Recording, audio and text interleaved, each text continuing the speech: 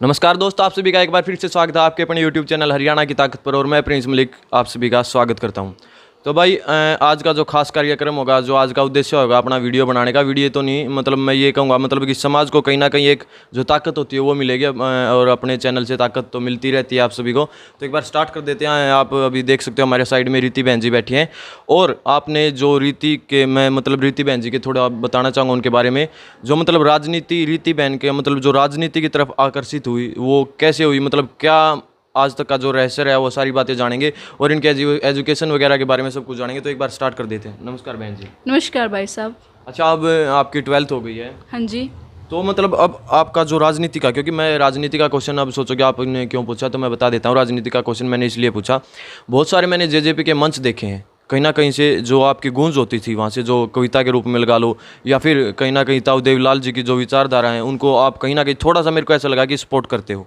तो अब राजनीति में मतलब आपका आगे का क्या कोई प्लान है या फिर कुछ आपका भी और समाज की तरह ऐसा डिसीजन है कि भाई मेरे को तो यूपीएससी क्लियर करना है, डॉक्टर बनना है? ऐसे देखिए, मैं सबसे पहले आपको बताना चाहूँगी कि मेरा राजनीति की तरफ इतना जो अपना कदम है वो क्यों रखा।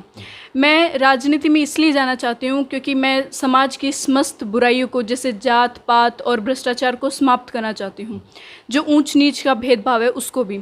और मैं ये बताना चाहूँगी कि मैं यूपीएससी, जैसे आप बता रहे थे कि भाई यूपीएससी करना चाहते हो, डॉक्टर करना चाहते हो, मैं आपको बताना चाहूँगी कि मैं छोटे बच्चों को, जो गरीब बच्चे हैं उनको फ्री एजुकेशन प्रोवाइड करना चाहूँगी। मैं समाज सेवा करना चाहूँगी।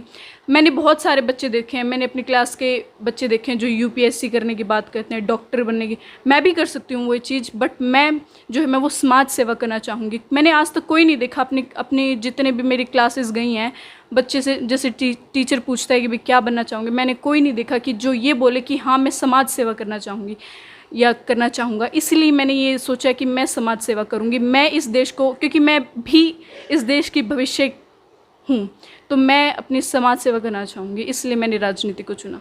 अच्छा, मैं बहुत सारी जगह देखे मैंने, जो पेरेंट्स होते हैं वो बच्चे को, या फिर जो खासकर जो लड़कियां होती हैं उनको या तो 10th या फिर मैक्सिमम है 12th तक, वो वहाँ तक पढ़ाने के बाद उसके बाद कह देती है भैया अब घर है, आगे शादी वगैरह का प्लान होगा। तो जो आपके पेरेंट्स हैं वो कितना सपोर्ट करते हैं आपको? देखिए, पहले तो मैं ये कहना चाहूँगी कि समय बदल चुका है। अब 10वीं या 12वीं तक ही नहीं पढ़ाते बेटियों को, बेटी आगे बहुत कुछ करती हैं। अब जैसे आपको पता होगा कि जो फाइटर प्लेन्स है उसमें 3 बेटियां जो गई हैं। तो समय बदल चुका है और मेरे पेरेंट्स ने मेरे को बहुत सपोर्ट किया, चाहे वो कोई भी फील्ड हो, स्पोर्ट्स, पढ़ाई, राजनीति, बोलते हैं हर समय मेरे साथ हैं और वो मुझे हमेशा सपोर्ट करते हैं।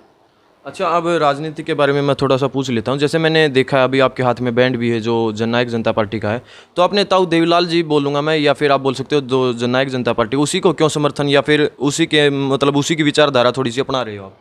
जी बिल्कुल। दरअसल मेरे को कभी से ही ताऊ देवीलाल की जो नीतियाँ हैं वो प्रभावित करती हैं और उन्हीं नीतियों पे आज भाई दुष्यंत चौटाला जी जो है वो काम कर रहे हैं। तो मेरे को दुष्यंत भाई चौटाला अपने एज अ आइडियल जो है मैंने उनको चूज़ किया है, क्योंकि वो बहुत ही अच्छे नेता हैं और हमारे समाज को, हमारी इस देश को, हरियाणा प्रदेश को बहुत आगे तक लेके जाएंगे। अच्छा, जो हरियाणा प्रदेश है अपना, इसके अंदर नशा जो है वो युवाओं को मतलब बहुत प्रेरित कर रहा है। और युवा में नशा ही नहीं, जो कि और भी जो अत्याचार हो रहे हैं, जैसे मर्डर वगैरह हो गए, अपनी जो सोसाइटी है उसके अंदर बहुत सारे हो रहे हैं। तो आपको कितना ट्रस्ट है कि जो दुष्यंत चौटाला जी उसको थोड़ा सा कम कर पाएंगे? देखिए, मैं